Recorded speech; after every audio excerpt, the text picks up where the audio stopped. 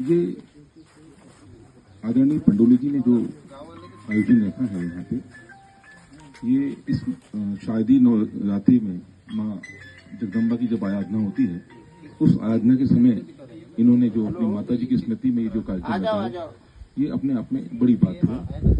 आज के समय में जब लोग संस्कारों को धीरे धीरे भूल रहे हैं, वहाँ अपनी माँ की स्मृति में इतना बड़ा आयोजन करना अपने में आप में बड़ी बात है। और मैं सभी लोगों से ये आग्रह करूंगा कि इस शक्ति के पर्व में अपने घर में अपने जो बुजुर्ग माता पिता हैं उनका सम्मान करें, उनका आदर करें। यही इस कार्यक्रम की सफलता होगी। मैं अभी पौधे लगाया था, संजय जी ये कह रहे थे कि चाचा जी आ गए तो अब हमारा काम नहीं बचा।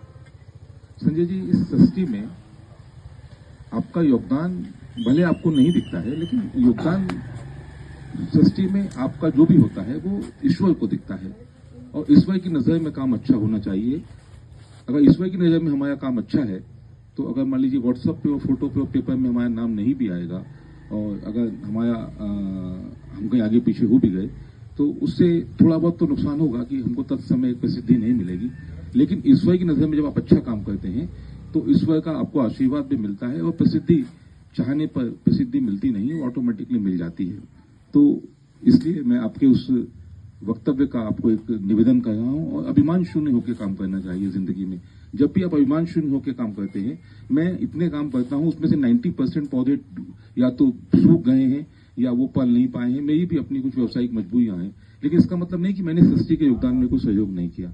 तो ठीक है, अब नकारात्मकता जब ईश्वरीय शक्ति कोई काम करती है तो आप देखते हैं अभी देवी की आराधना हुई तो राक्षस का भी अस्तित्व तो है इतने सालों बाद भी।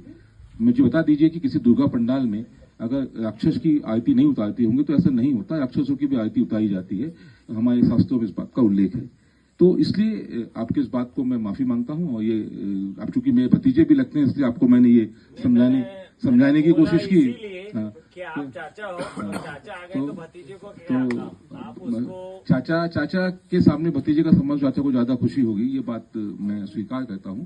और मैं किसी भी रूप में इस रूप में मैंने नहीं कहा, मैंने आपको केवल ये बताया कि आप भगवान के मंदिर गए ये मायने नहीं रखता। भगवान ने आपको देख लिया कि आप मंदिर आए तो वो मायने रखता है। भगवान आपको देने के लिए तैयार बैठा हुआ है। आज ये जो पर्यावरण का विषय है, लगातार इस क्षेत्र में हम लोग का अभी एक भाई साहब पंडोली जी से कह रहे थे कि पेड़ पालना भी, लगाया है तो पालना भी। सब लोग उनसे थोड़े से इस बात को लेकर दुखी थे कि भाई उनका अपना ये वक्तव्य इस समय पर उचित नहीं है। मैं उनसे भी आग्रह करता हूं कि अगर वो यहाँ पे बैठे तो अगर वो एक टी गार्ड खुद लाके लगा देते तो ज्यादा उनका सम्मान होता, इस पर उसकी आलोचना करने के। तो कोशिश करना चाहिए।